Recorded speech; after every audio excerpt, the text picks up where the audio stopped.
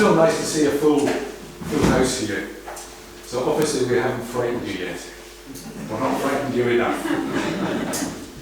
But we're not aiming to frighten you anymore. The last 4 weeks have really just been an introduction to playing bridge in this sort of environment. Learning how to play as declarer in no trumps. Because declarer, of course, has got a major advantage over the defenders in that he can see his partner's cards. And it's just really trying to get you into thinking about having to look at your own cards, having to look at your partner's, the dummy hand, and coming up with a strategy for using it.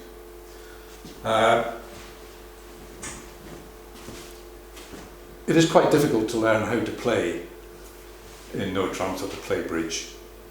So if you're still struggling a little bit, don't worry, you'll still be struggling in months' time.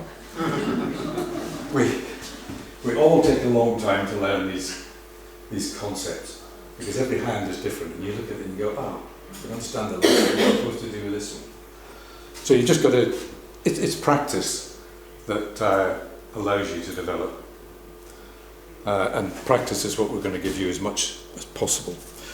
Did you like the targets I set you on the boards? Did you make them all? Good. As long as you can make some, that's fine. Tonight you're going to make your own targets, because we're going to teach you bidding. But fairly simple bidding.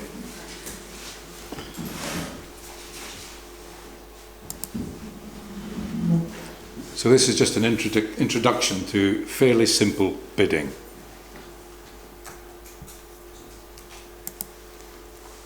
I've got that wrong already. Come on.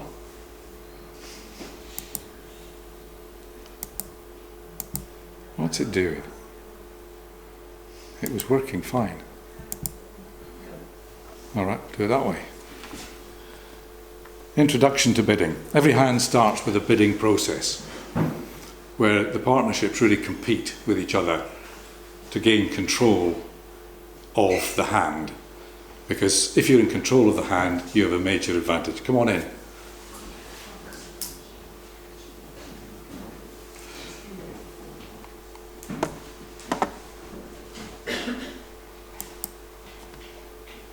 So what we do when we first get our hand is to look at the shape and the strength of it.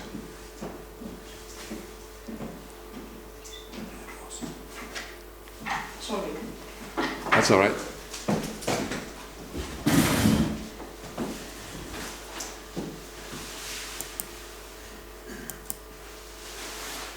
If we start by looking at the shape, it's either balanced or unbalanced. Now, I don't want to get into too much detail as to what makes it balanced and unbalanced. Just suffice it to say that a balanced hand, the most perfect balanced hand, is one where you've got 4 cards of one suit and 3 cards of the other 3. So it's very balanced, you've got no really long suits. The worst possible unbalanced hand is to have all of the cards in one suit, all 13 clubs. That is extremely unbalanced, but it's not something that you're likely to come across. Unbalanced hands are better played in a trump suit, i.e. one suit that's a special suit that is more important than all the others. The 2 of the trump suit is more powerful than the ace of the others. Tonight, we're really going to concentrate on balanced hands. So everything we're going to do tonight is balanced. In a few weeks' time, I will tell you the difference between balanced and unbalanced more precisely. But tonight is all about no trumps and balanced hands. Strength. How do you tell the strength of a hand? Well, we use high card points. Your high cards, aces, kings, queens and jacks. The more of those you've got, the stronger your hand is. So this system gives a value to those cards. So the ace, we say, has got 4 points. King, 3. Queen, 2. and the jack is a 1. That, of course, is because the ace is the most powerful card in the suit and is almost guaranteed to take a trick, whereas a jack is a bit iffy. What, of course, that means is that each suit has got 10 points and there's a total of 40 points in the pack. And we use that as the means of evaluating the strength of a hand.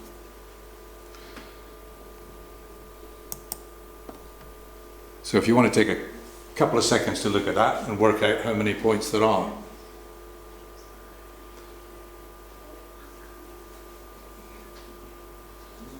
All happy? Yep. How many? 13. 13. Aha! 13. Ace is 4, jack is 1, so that's 5. In the hearts, you've got an ace and a jack.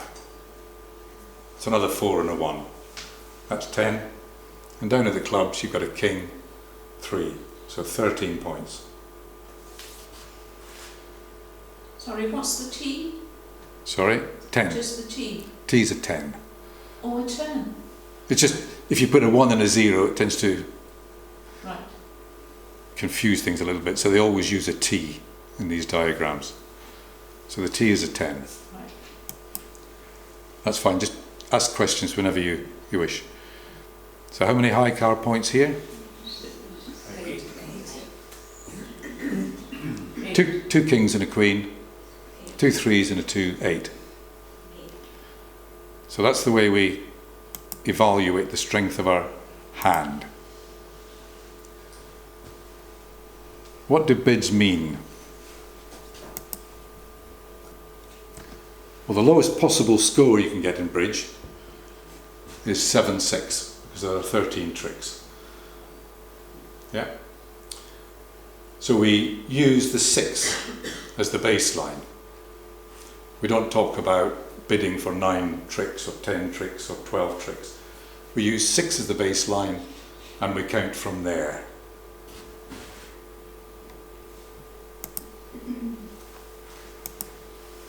So if you have won 7 tricks in no trump, you have made 1 no trump.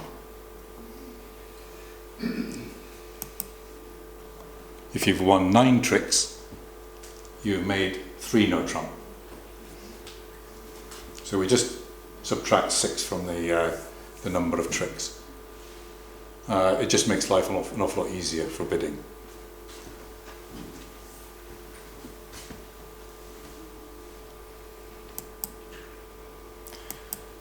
Oops, I went too fast there. If you have won 9 tricks in no trumps, you've made 3 no trumps, and 3 no trumps is game. The importance of game is that if you have bid 3 no trumps and made 3 no trumps, then you will gain about 4 times as many points as you would have done if you hadn't bid 3 no trumps in the first place. So it's important to be able to aim to bid the game, because there are lots of bonus points.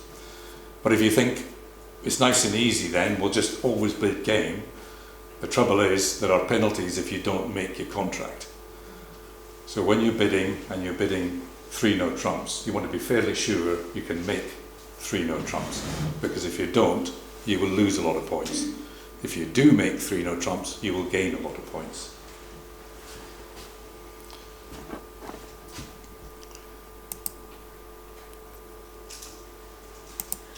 The dealer is the first player to have a bid. Up until now, we've used dealer as declarer, playing opposite dummy. Now we're going to do it properly. Dealer is the first one to bid.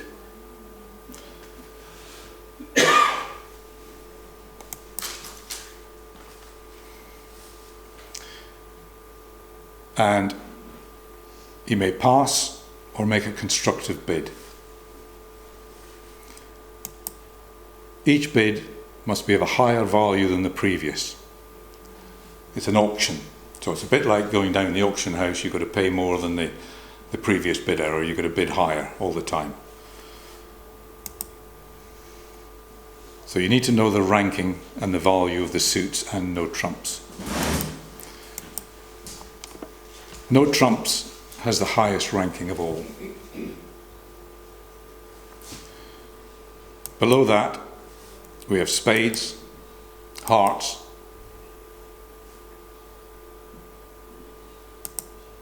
diamonds, clubs, the lowest one.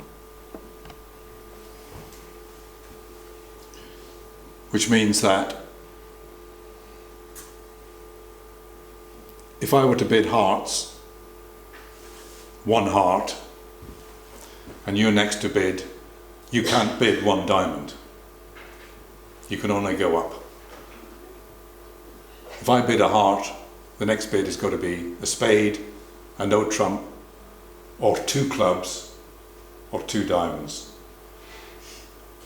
So you go along the ranking of the suits, then you've got to go up a level, then up a level, and up a level. It's always got to be higher.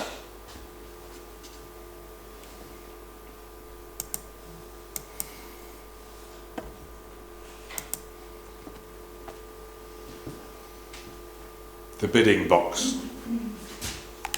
your name box. We're now going to use these for the proper purpose. So don't open them yet, don't open them yet. Inside here are bidding cards.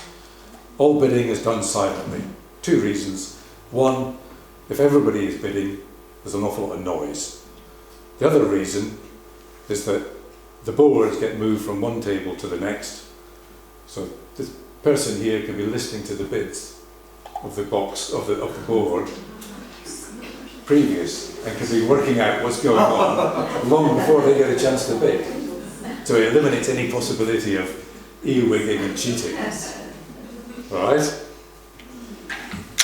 The box has a clip, and inside there are basically 2 sets of cards. There's one that goes from 1 club, 1 diamond, 1 heart, 1 spade, 1 no trump, and then it goes all the way up to 7 no trumps. The other is a mixture of past cards and things that you need to know yet. When you take them out of your bidding box, make sure you click the bottom back on, because otherwise, if you don't click it on and you lift the box, all those cards end on the floor. There are about 50 of them, and it'll take you about 5 minutes to put them back in the right order. So when you take them out, click them. Make sure the box. Make sure your name is away from you. These ones go in the front. These ones go in the back. No, I've got it the wrong way around.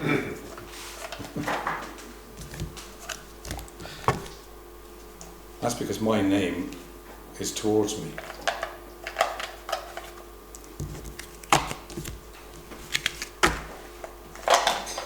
So you end up with a box like that.